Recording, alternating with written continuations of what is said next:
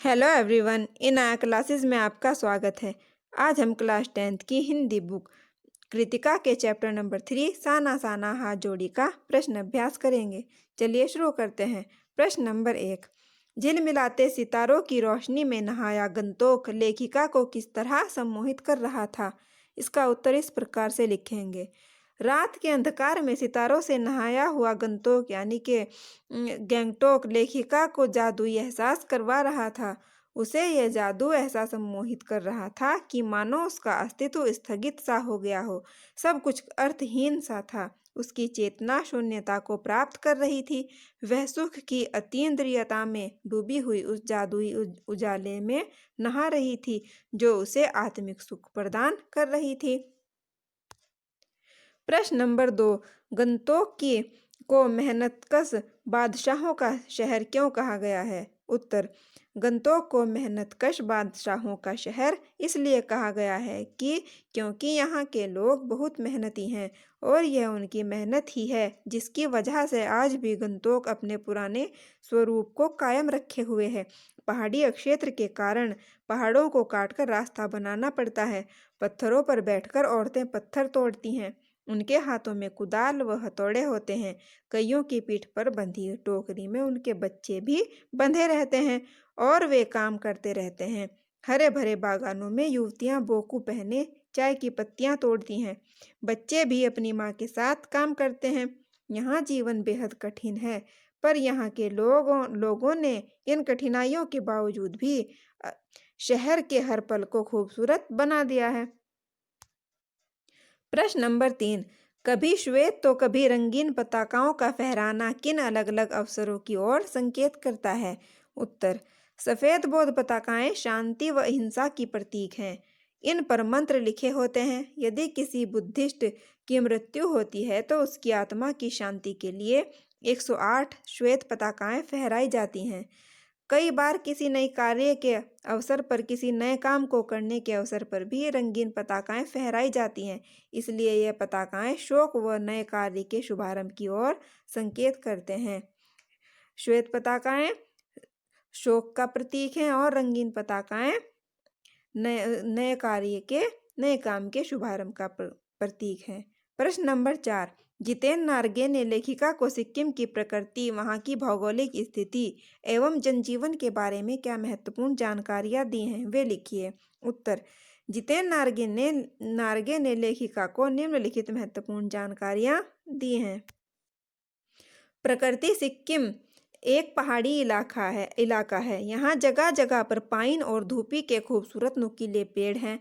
रास्ते वीरान संकरे जलेबी की तरह घुमावदार हैं। थोड़ी थोड़ी दूरी पर झरने बह रहे हैं। घाटियों का सौंदर्य देखते ही बनता है। नार्गे ने बताया कि वहाँ की खूबसूरती स्विट्जरलैंड की खूबसूरती से तुलना की जा सकती है। भौगोलिक स्थिति। गंतोक से 149 किलोमीटर की दूरी पर युमथांग है। यहाँ फूलों से लदी वादियाँ हैं। रास्ते में कवि लॉन्ग स्टॉक है जहाँ गाइड फिल्म की शूटिंग हुई थी। थोड़ा ऊपर हिमालय पर्वत है। रास्ते में 7 सिस्टर्स वाटरफॉल है।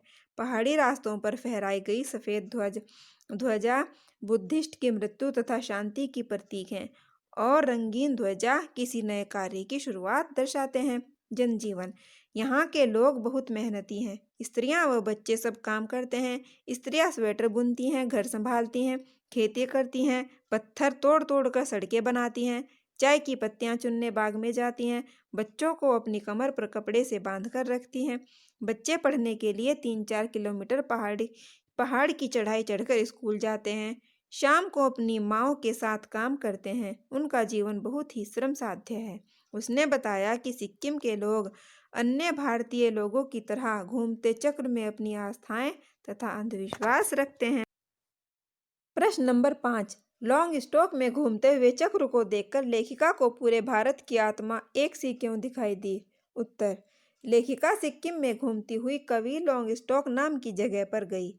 लॉन्ग स्टॉक के घूमते चक्र के बारे में जब उसे जितेन ने बताया कि यह धर्म चक्र है, इसको घुमाने से सारे पाप धुल जाते हैं। मैदानी क्षेत्र में गंगा के विषय में ऐसी ही धारणा है। लेखिका को लगा कि चाहे मैदान हो या पहाड़, तमाम वैज्ञानिक प्रगतियों के बावजूद इस देश की आत्मा एक जैसी है। यहाँ लोगों की आस्थाएं, विश्वास, पाप पुण्य की अवधारणाएं और कल्पनाएं एक जैसी हैं। यही विश्वास पूरे भारत को एक सूत्र में बांध देता है। प्रश्न नंबर 6। जितेन नार्गे की गाइड की भूमिका के बारे में विचार करते हुए लिखिए कि एक कुशल गाइड में क्या गुण होते हैं। नार्गे एक कुशल गाइड था। वह अपने पेशे के प्रति पूरा समर्पित था। उसे सिक्किम के हर कोने के विषय में भरपूर जानकारी प्राप्त थी, इसलिए वह एक अच्छा गाइड था। एक कुशल गाइड में निम्नलिखित गुणों का होना आवश्यक है। एक गाइड अपने देश व इलाके के कोने कोने से भली भांति परिचित होता है, अर्थात उसे संपूर्ण जानकारी होनी चाहिए। उसे वहाँ की भौगोलिक स्थिति, जलवायु व इतिहास की भी संपूर्ण जानकारी होनी चाहिए। एक कुशल गाइड को चाहिए कि वे अपने भ्रमणकर्ता के यानी जिन्हें वह भ्रमण करा रहा है उनके हर प्रश्नों के उत्तर देने में वह सक्षम हो। और एक कुशल गाइड को अपनी विश्वसनीयता का विश्वास अपने भ्रमणकर्ता को दिलाना आवश्यक है, तभी वह एक आत्मीय रिश्ता कायम कर अपने कार्य को कर सकता है। नंबर 5। गाइड को कुशल व बुद्धिमान व्यक्ति होना आवश्यक है, ताकि समय पड़ने पर वह विषम विषम परिस्थितियों का सामना अपनी कुशलता व बुद्धिमानी से कर सके व अपने भ्रमणकर्ता की सुरक्षा कर सके। गाइड को इस बात का भी ध्यान रखना चाहिए कि भ्रमणकर्ता की रुचि पूरी यात्रा में बनी रहे, ताकि भ्रमणकर्ता के भ्रमण करने का प्रयोजन सफल हो। इसके लिए उसे हर उस छोटे बड़े प्राकृतिक रहस्यों व बातों का ज्ञान होना चाहिए जो यात्रा को और रुचिपूर्ण बनाते हों। एक कुशल गाइड की वाणी को प्रभावशाली होना भी आवश्यक है। इससे पूरी यात्रा प्रभावशाली बनती है और भ्रमणकर्ता की यात्रा में रुचि भी बनी रहती है। प्रश्न नंबर 7। इस यात्रा वृत्तांत में लेखिका ने हिमालय के जिन जिन रूपों का चित्र खींचा है उन्हें अपने शब्दों में लिखिए। उत्तर। इस यात्रा वृत्तांत में लेखिका ने हिमालय के पल पल परिवर्तित होते रूप को देखा है। ज्यों ज्यों ऊंचाई पर चढ़ते जाएं, हिमालय विशाल से विशालतर होता चला जाता है। हिमालय कहीं चटक हरे रंग का मोटा कालीन ओढ़े हुए तो कहीं हल्का पीलापन लिए हुए प्रतीत होता है।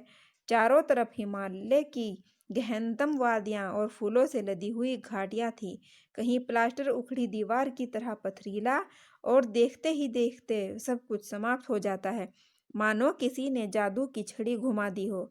कभी बादलों की मोटी चादर के रूप में सब कुछ बादल में दिखाई देता है, तो कभी कुछ और।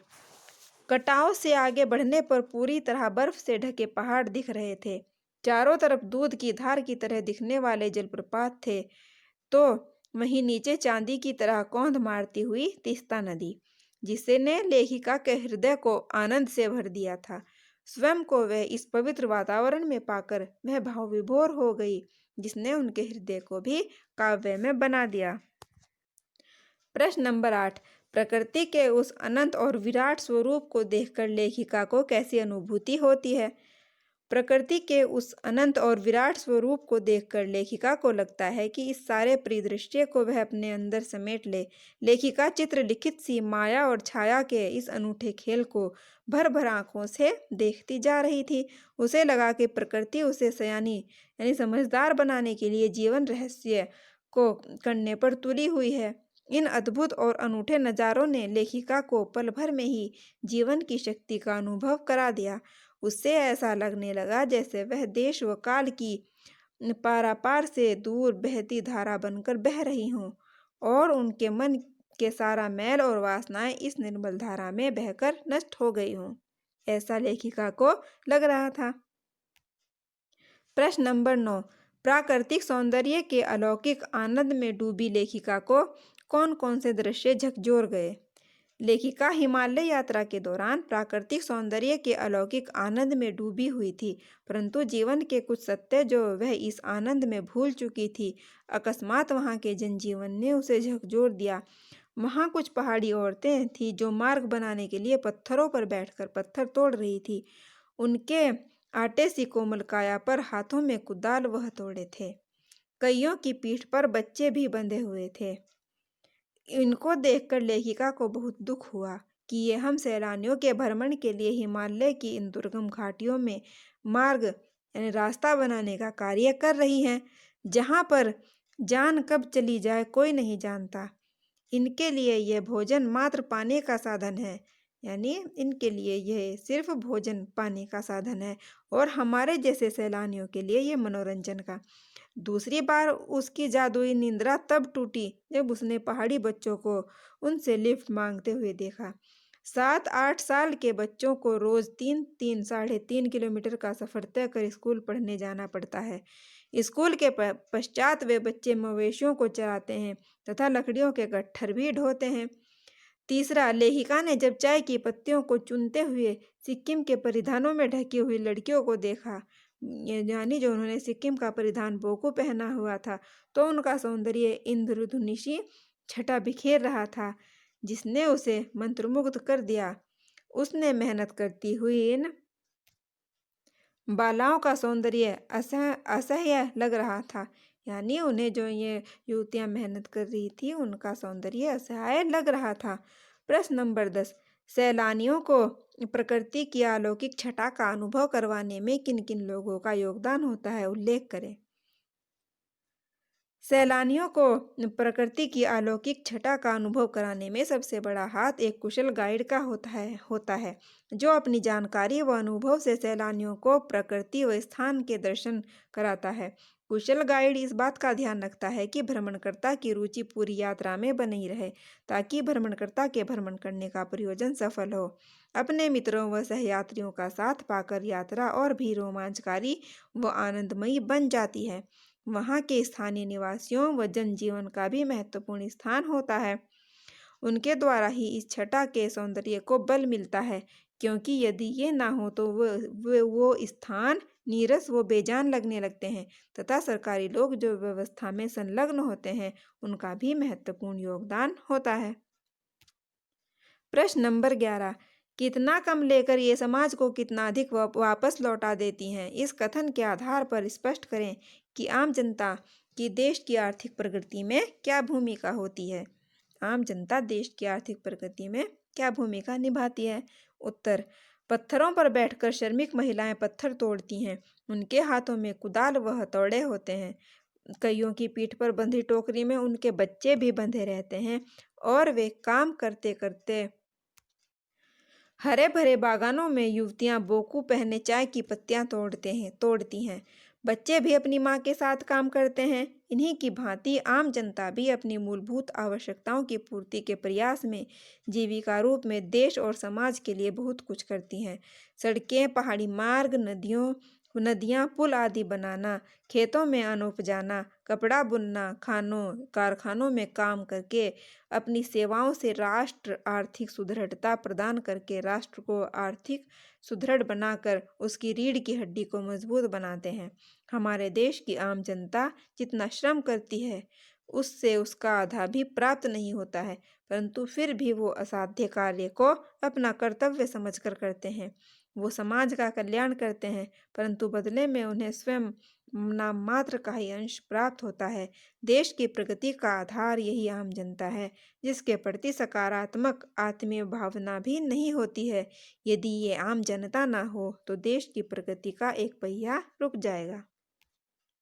प्रश्न नंबर 12, आज की पीढ़ी द्वारा प्रकृति के साथ किस तरह का खिलवाड़ किया जा रहा है, इसे रोकने में आपकी क्या भूमिका होनी चाहिए। उत्तर, आज की पीढ़ी के द्वारा प्रकृति को प्रदूषित किया जा रहा है। हमारे कारखानों से निकलने वाले जल में खतरनाक केमिकल व रसायन होते हैं, जिसे नदी में प्रवाहित कर दिया जाता है। साथ में घरों से निकला दूषित जल भी नदियों में ही जाता है, जिसके कारण हमारी नदियां लगातार दूषित हो रही हैं। अब नदियों का जल पीने लायक नहीं रहा है। इसका जीवंत उदाहरण यमुना नदी है, जो आज एक नाले में बदल गई है। वनों के अंधाधुंध कटाई से मृदा का कटाव होने लगा है, जो बाढ़ को आमंत्रित कर रहा है।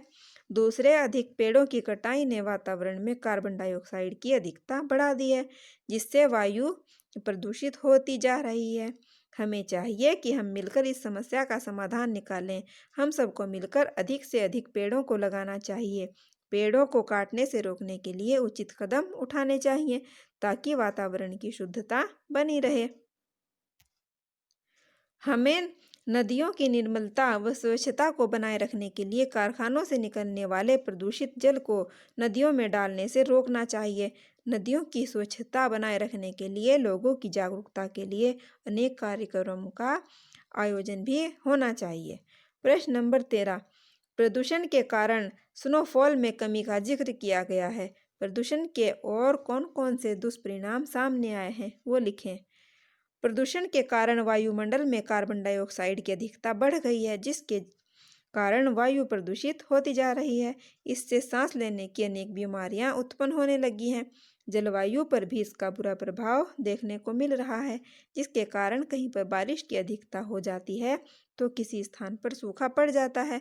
कहीं पर बारिश नाम मात्र की होती है, जिस कारण गर्मी में कमी नहीं होती। मौसम पर तो इसका असर साफ साफ दिखाई देने लगा है। गर्मी के मौसम में गर्मी की अधिकता देखते ही बनती है। कई बार तो पारा अपने सारे रिकॉर्ड को तोड़ चुका होता है। सर्दियों के समय में तो कम सर्दी पड़ती है या कभी कभी सर्दी का पता ही नहीं चलता। ये सब प्रदूषण के कारण ही संभव हो रहा है। जल प्रदूषण के कारण स्वच्छ जल पीने को नहीं मिल पा रहा है और पेट संबंधी अनेकों बीमारियां उत्पन्न हो रही हैं। प्रश्न नंबर 14, कटाव पर किसी दुकान का ना होना उसके लिए वरदान है। इस कथन के पक्ष में अपनी राय व्यक्त कीजिए। कटाव पर किसी भी दुकान का ना होना उसके लिए वरदान है, क्योंकि अब यह पर्यटक स्थल नहीं बना है। यदि कोई दुकान होती तो वहां सैलानियों का अधिक आगमन शुरू हो जाता, यानी अधिक सैलानी पर्यटक आने शुरू हो जाते और वे जमा होकर खाते पीते गंदगी फैलाते। इससे गंदगी तथा वहां पर वाहनों के अधिक प्रयोग से वायु का प्रदूषण बढ़ जाता। लेखिका को केवल यही स्थान मिला जहां पर वह स्नोफॉल देख पाई। इसका कारण यही था कि वहां प्रदूषण नहीं था। अतः कटाव पर किसी भी दुकान का ना होना उसके लिए एक प्रकार से वरदान ही है। प्रश्न नंबर 15, प्रकृति ने जल संचय की व्यवस्था किस प्रकार की है। प्रकृति ने जल संचय की व्यवस्था नायाब ढंग से की है, बहुत ही अनूठे तरीके से की है। प्रकृति सर्दियों में बर्फ के रूप में जल संग्रह कर लेती है और गर्मियों में पानी के लिए जब तराही तराही मची होती है उस समय यही बर्फ शिलाएं पिघलकर जलधारा बनकर नदियों को भर देती हैं। सचमुच प्रकृति ने जल संचय की कितनी अद्भुत व्यवस्था की है। प्रश्न नंबर 16, देश की सीमा पर बैठे फौजी किस तरह की कठिनाइयों से जूझते हैं, उनके प्रति हमारा क्या उत्तरदायित्व होना चाहिए। उत्तर, देश की सीमा पर जहां तापमान गर्मी में भी -15 डिग्री सेल्सियस होता है, उस कड़कड़ाती ठंड में फौजी पहरा देते हैं, जबकि हम वहां पर 1 मिनट भी नहीं रुक सकते। हमारे फौजी सर्दी तथा गर्मी में वहीं रहकर देश की रक्षा करते रहते हैं ताकि हम चैन की नींद सो सकें। ये जवान हर पल कठिनाइयों से जूझते हैं और अपनी जान हथेली पर रखकर जीते हैं। हमें सदा उनकी सलामती की दुआ करनी चाहिए। उनके परिवार वालों के साथ हमेशा सहानुभूति, प्यार व सम्मान के साथ पेश आना चाहिए। यहाँ पर इस पाठ का प्रश्न अभ्यास समाप्त होता है। आशा है आपको समझ में आया होगा। अगर आप इसे डाउनलोड करना चाहते हैं तो लिंक डिस्क्रिप्शन बॉक्स में दिया हुआ है, आप डाउनलोड कर सकते हैं। और वीडियो को लाइक करना, शेयर करना मत भूलना।